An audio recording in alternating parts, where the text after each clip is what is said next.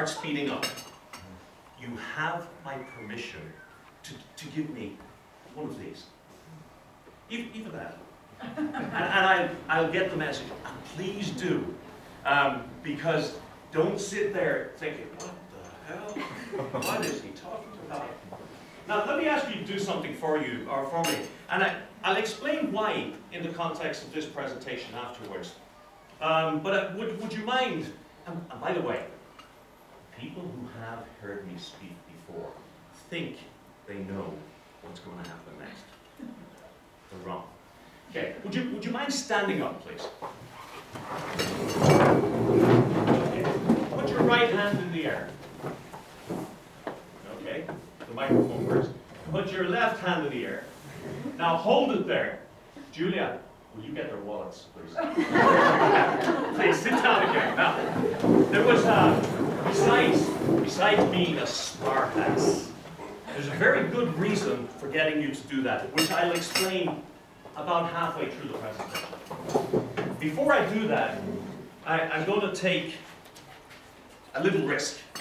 I'm going to do something that doesn't always work, but if it does, you'll be impressed. And if it doesn't, I'll ask you to forget that I even tried. Okay? I'm going to ask this gentleman here, while I'm talking to you, to think of a number between 1 and 1,000. Don't talk it out. But just think of it now for a moment. I just want you to focus on that as much as you can at this point in time. Now, so as I say, this is very impressive if it works. But if it doesn't, I'm hoping that the material I have in the slides will impress you, because otherwise I'm dead. Okay. Now, I'm going to ask this gentleman to write down the number. Let me just make sure it's okay. Just write down the number that you thought of there. Now, write it clearly so that these people on the table can understand it. When you've written it down, show it to them. Don't let me see it. And when you've shown it to them, just fold it back up for me, please.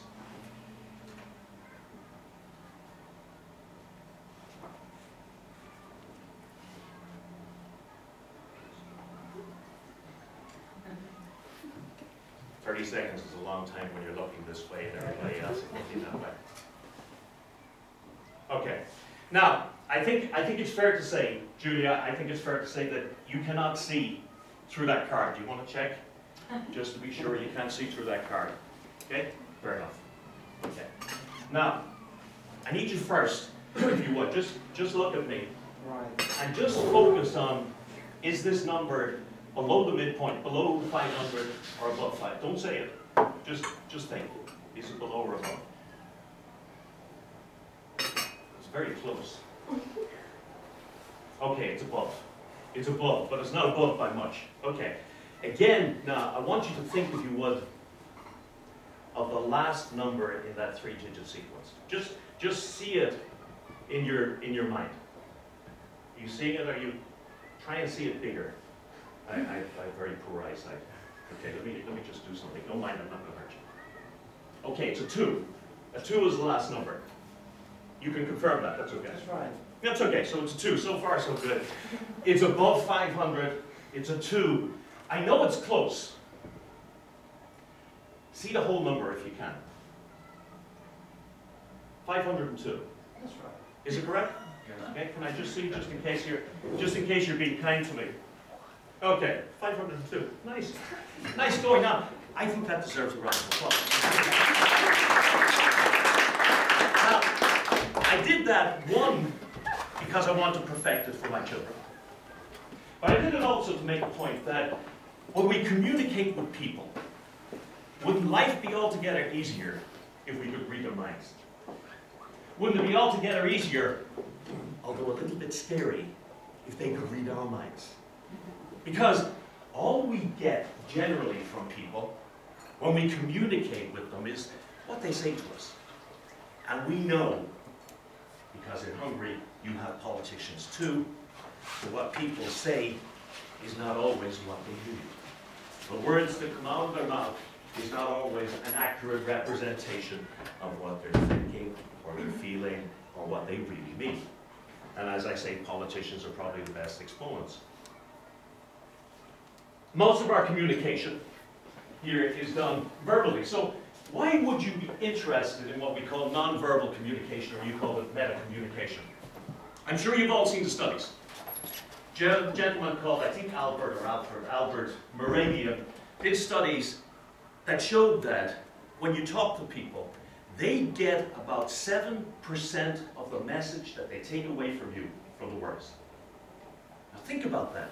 I don't know about you, but when I'm making a presentation, I put a lot of effort into the slides, the words, the rehearsal.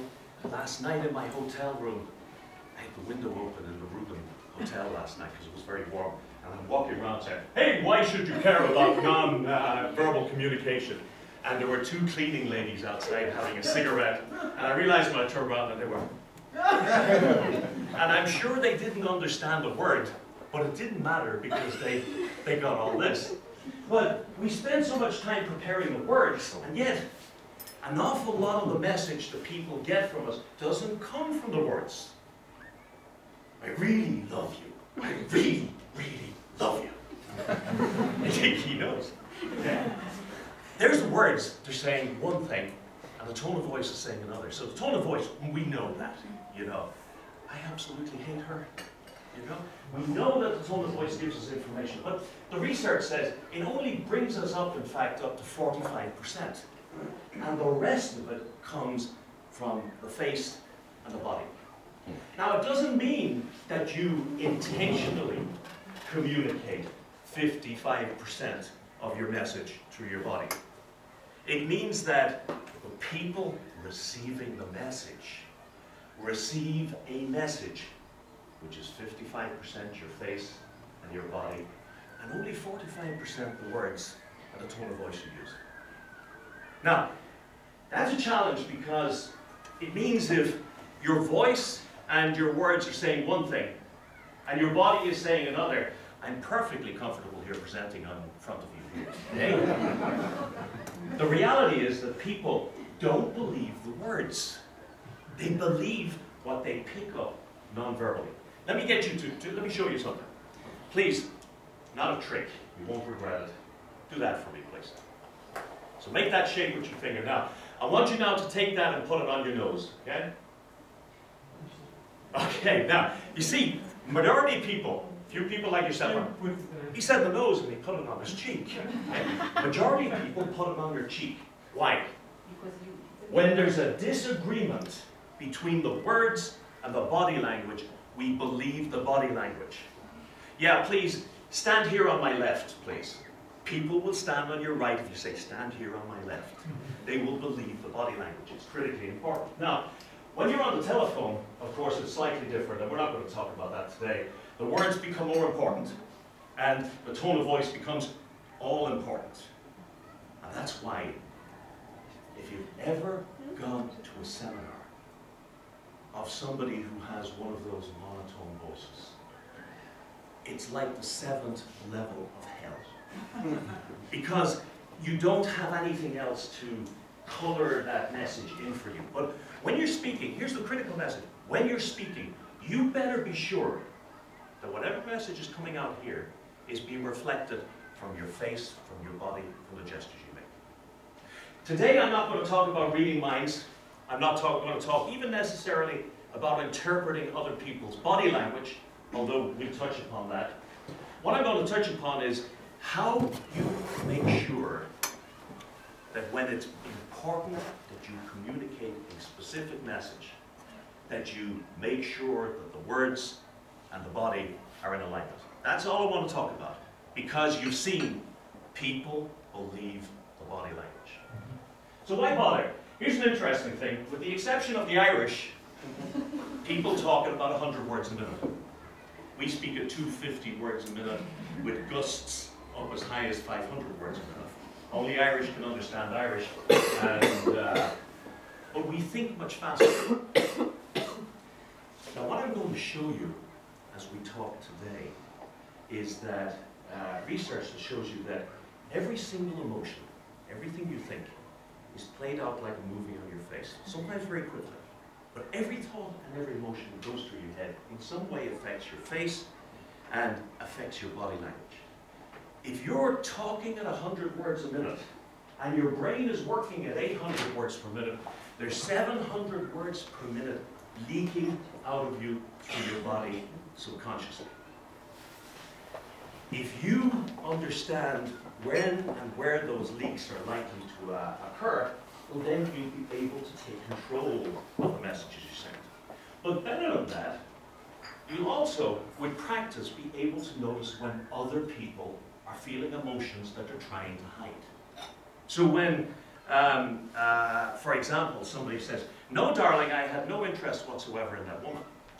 The words are sending one message, and the body another. What we want to do is make sure if we're the one sending the message, that we are sending a message that's consistent from our body with what's coming out of our mouths. This gentleman, Paul Ekman, he is the man when it comes to the display of emotions on the face. For 35 years, he has studied how people display emotions on their faces. Now, let me tell you, whether you feel sad or angry or happy or excited, every single one of those emotions, however briefly they occur inside your head, are displayed like a movie on your face. Sometimes it's only a 20th of a second. They call it micro-expressions. Sometimes it's just somebody says, "You're going to have to make a presentation in front of this group in 5 minutes." And the majority of people will go, either surprise or fear. Now, they don't go, so you can say, "Oh, he's afraid." It starts to come on the face, and the conscious mind takes over. I'm not letting them see I'm afraid, so it goes, and it's gone in a 20th of a second. This guy showed, by studying tribes that had never been exposed to the outside world, and tribes that had, tribes like the Irish, the Hungarians, the Americans, and so on, that we all show the same emotions, or a specific set of common emotions, exactly the same way in our faces. So people in Borneo have exactly the same way of registering sadness or contempt or surprise. It's the same configuration. People who have never seen television, never seen Western people, never been exposed to the outside world, express their emotions the same way. And that's great. It means that despite local cultural customs, you have a source of information about the people who are communicating with you that goes underneath language and culture. Now, Ekman is the foremost scientist in this area, and in the United States, you may have seen this program. They created a program called Lie to Me, and they fictionalized his character because they describe him as a human lie detector, and they fictionalize it, and this is the actor who plays him in that. But here's the point I want to make to you. First, every emotion that you feel appears on your face, however frequently. Secondly, and although we don't, in fact, in this gentleman's presentation earlier on, did you notice in the last photo he had of, I presume, your new Prime Minister giving a wave? The guy who was standing directly behind him was standing like this. Now, we don't know why he was protecting himself like that, but we can say for certain, if you understand the way this works, they call this the fig leaf. He was feeling in some way fearful, exposed, concerned. We don't know why, but he reacted to it. Now, on your face, every emotion displays momentarily, but your body tells people how you are reacting to that emotion. So if you frighten me, and even if you don't pick up on the 20th of a second that I go, some part of my body, unless I take conscious control, will leak that information. So you frighten me, and you say, "You're going to need to present in 5 minutes." I go, "That's no problem." Now, if you're aware of those messages, or how do you feel about that? Are you happy about that? Yeah, absolutely.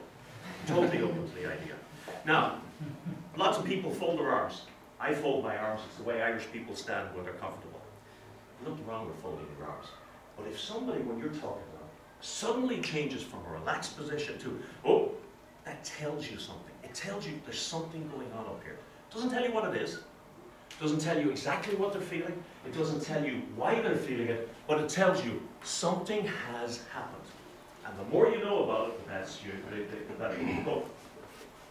Now, what I'm giving you are some Lego bricks, some fundamentals, and about halfway through the presentation, we put those Lego bricks together into a picture. The next one is the absolute first question that any animal, right from the year zero, or any human being from whenever we first started walking the earth, asks when they encounter any situation or anything else. They say, is this a danger or not? Is this friend or foe? Is this person going to take food from me, take my life, or are they going to help me, or are they just going to leave me alone? The first judgment that every human makes, even now, when we meet people, is, are they a threat? And the earliest brain, which still exists inside our brain stem, the amygdala, is a leftover from those days when we were maybe little more than lizards. And all the brain had to do was, when a shadow came over the top, it just had to say, that's a hawk. Now, is it a threat? Yes, it is. Will I fight it? Will I run for my life? Or will I stand there and just pretend that, okay, you can't see me. And you see lots of animals do that. You know, they fight, they flight, or they think because they're standing still you can't see them. And that was all that part of the brain has to do. Now, here's the critical thing.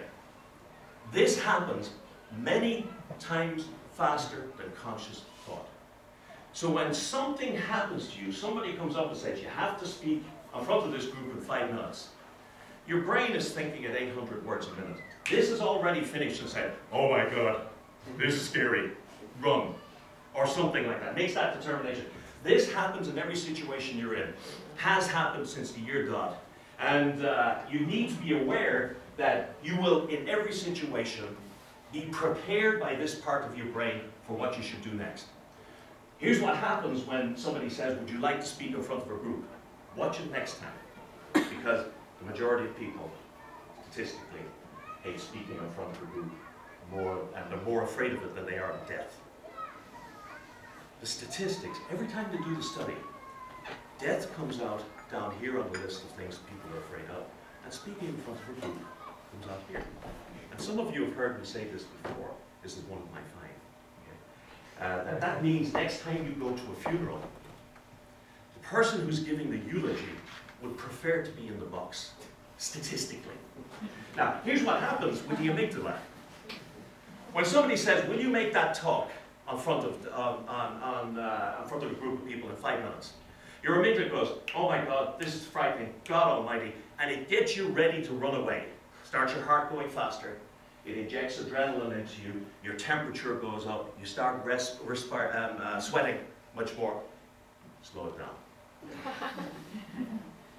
And you get ready for that before you have even thought about it. That's important. The other thing is, we didn't always talk. There was a time when, to communicate with others, we didn't have the benefit of language. We could only benefit, we could only communicate through whatever movements or motions we made. And that meant that we tend still today to behave in ways that were coded into our genes millions of years ago. We still remember when we meet somebody that I need to be aware that there are certain parts of my body that are vulnerable. I'm safe here. My heart is in a cage. It's hard to kill me. You hurt me here, you could kill me. You hurt me here, I might wish I was dead. So we still, and I say, remember that. So it means that we are very protective when we're under any threat of these parts of the body. And so how we either cover them or leave them open is a great reflection, unconscious reflection, of how threatened or non-threatened we feel. So when that gentleman standing behind you, Prime Minister, was standing like that, we don't know why, but there was some ancient impulse said, protect yourself, guy. And so he was, as I say, adopting what they call the fig leaf. Now, so that's one, just remember that because we'll bring that in later on. Here's what I love. Any engineers in the room? Yeah, I'm a failed engineer. I was an electronic engineer. I passed all of the exams. It took me nearly 5 years to do them, and I practiced for 6 months and realized, this is not me. But this, when you get a room full of engineers, it drives them nuts when you ask them this question. Oh, come on. Now let me ask you, which one of these is driving the other? Which one is moving the other? Because if the one on the left moves, the one on the right moves. The one on the right moves, the one on the left moves. Which one is doing the driving? Anybody? The left. On the left. Anybody else? I don't know. Right. You don't know? Right. Give me another. Somebody just say right, so I have all of the options. Right. Right. Okay, we've got right, left, and I don't know. The reality is, you can't know.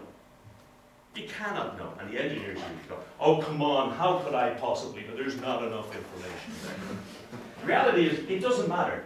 The fact is, you know immediately that if you turn this one moves. If you turn this one moves. That's an important principle when you think about emotions and you think about your body language. Because every emotion that you feel, every time you react to a circumstance, it results in some kind of display in your body unless you manage to catch it and consciously close it down. But here's what's really important, and particularly when it comes to the face, is that it works the other way around as well. So let's say, for example, your brain encounters a situation where you feel, this is great, you feel great enjoyment, great pleasure. What happens? Go, big smile comes on your face. And it's a different smile to the smile you give your bank manager. Because you give your bank manager one of these.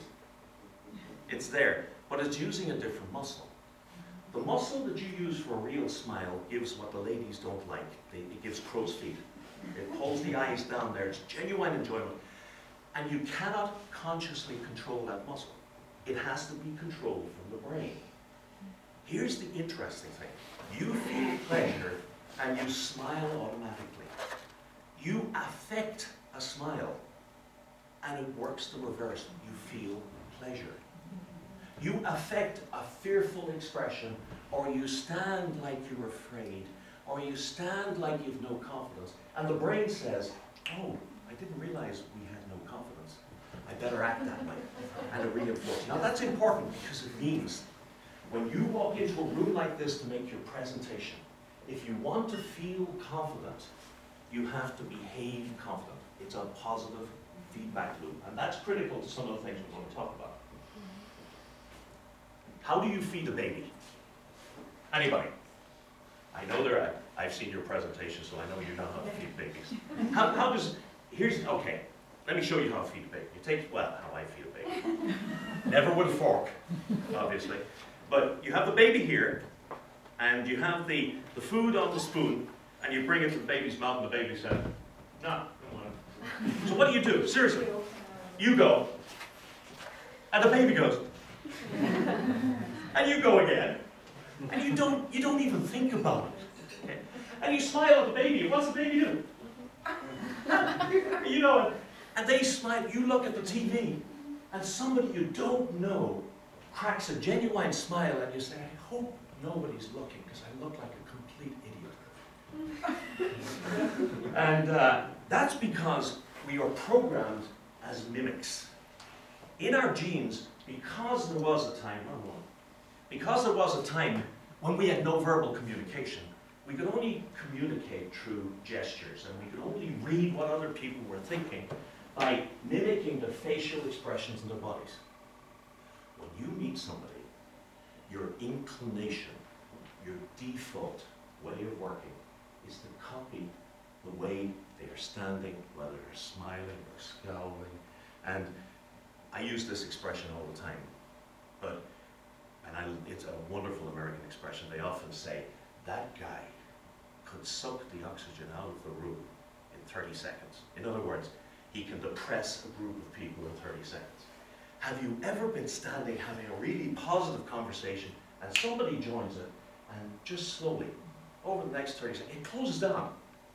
They come in and it's like their sourness goes from one person to another faster than a virus. That's because I mimic you, and then you mimic me, and it goes around the room. And of course, if I'm joining the group and I'm a little bit more upbeat or enthusiastic, the same happens.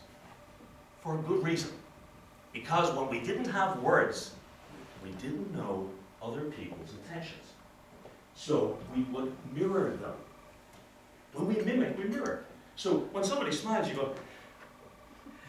And because of that feedback loop that I mentioned earlier, the brain kicks off and you instinctively know, oh, I've just copied her expression.